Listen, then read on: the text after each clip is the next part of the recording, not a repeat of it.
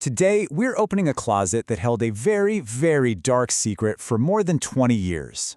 It belonged to a true icon of New York's ballroom scene, the one and only Dorian Corey. But what was found in her apartment after she died? Well, it would change her story forever. So let's get right into it. Yeah, those are the chilling words of Lois Taylor. She was a close friend of Dorian's, another performer. And she would know, because she was the person who made the discovery. You can just feel the horror in that quote, can't you? It really sets the stage for just how shocking this whole thing was. All right, so let's start at the beginning. Section 1, a skeleton in the closet. And that is meant very, very literally. Okay, so picture this. It's October 1993. It's only been 2 months since Dorian passed away. Her good friend Lois Taylor is doing the heartbreaking job of cleaning out her apartment, sorting through this legendary wardrobe. So she's surrounded by all this glamour, sequins, feathers, you name it, and then she and a couple of friends find this old garment bag. But something's wrong. It's really heavy. And then there's the smell, a smell you just can't ignore. So they can't even find a zipper on this thing, which is weird. So they have to cut it open. And what's inside, I mean, it is straight out of a horror movie. A partially mummified body of a man, wrapped up, curled into a fetal position. And there's a bullet hole in his head. Dorian Corey, the queen of the ballroom, had an actual skeleton in her closet. Now, a discovery like that would be insane for anyone. But to really get why this was so earth-shattering, you have to understand who Dorian Corey was. And that brings us to Section 2, the queen of the ballroom. Because in her world, she was basically royalty.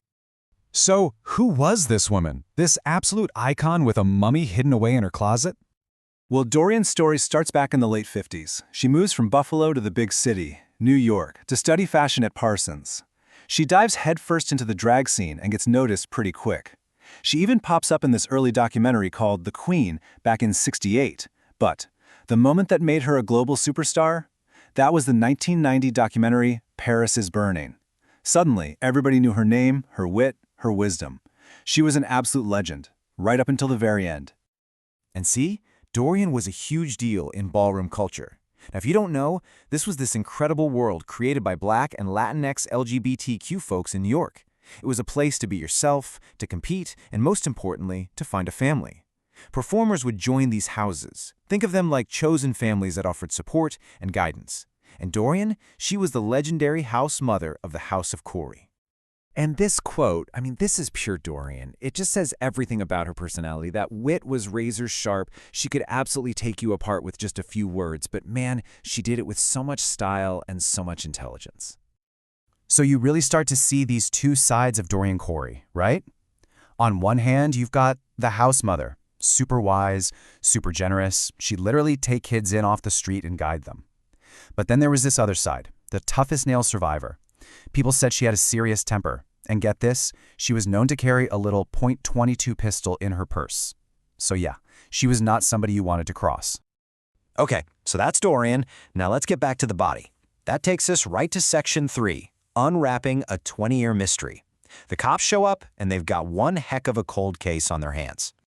So where do you even start? Well, the detectives looked at the wrapping itself, and inside they found these old beer can pull tabs. You know, the kind you'd pull completely off the can? Those were gone by the mid-70s. That's a huge clue. And then there was the bullet, a .22 caliber, the exact same kind of gun Dorian was said to carry. A timeline was definitely starting to form. So we're not talking about something that happened recently. No. The police figured this body had been stashed in that closet for over 20 years. Just let that sink in. 20 years. But, okay, how do you ID the guy? You need fingerprints, but you're dealing with a mummy. This is where it gets kind of wild and, honestly, pretty creepy. They had to literally remove the fingertips from the hand, soak them in this special chemical bath to rehydrate them, then inject them with fluid to, well, puff them back up. Only then could they roll them in ink to get a print. Insane, right? And believe it or not, it actually worked. The prints came back, a match for a guy named Robert "Bobby" Worley. And look, Bobby Worley was not exactly a saint. He had a criminal record for some pretty serious stuff like assault and rape. And the kicker? The last time anyone reported seeing him alive was way back in 1968. So now the police have a victim, and their main suspect, Dorian, is dead. What do you do? Well, this brings us to our next section, competing, shocking theories. Because with Dorian gone, all anyone has are stories and speculation. Basically, three big ideas started floating around. Theory number one, Worley was an abusive boyfriend. His own brother even told the cops that back in '68, Bobby was in this really violent relationship with a trans woman named Dorian. Theory two, it was self-defense. A rumor started that a note was found with the body saying Worley was a burglar. Now, the police have always said no, there was no note, but the story sticks around. And theory three, she was protecting one of her kids from the house of Corey. But here's the thing that trips up all of these theories. Let's say it was self-defense, against a burglar, an abusive lover, whatever. Why on earth wouldn't you just call the cops? Why would you hide the body? And this is where you have to remember the time period. We're talking about the late 1960s in New York City. The police were not friends to the LGBTQ community. They were often the enemy. Think about it. A black, transgender woman from Harlem calls the police and says she killed a man. Even if it was 100% self-defense, what are the chances they would have believed her? Almost zero. She would have faced ridicule, arrest, and almost certainly a conviction. So for someone like Dorian, not calling the police, that might have been the only way to survive. So, where does that leave us? That brings us to our final section, an icon's tarnished legacy. After all of this, how are we supposed to think about Dorian Corey? Because you're left with these two totally different Dorians, aren't you? You have Dorian the icon, the wise house mother, the star of Paris is Burning.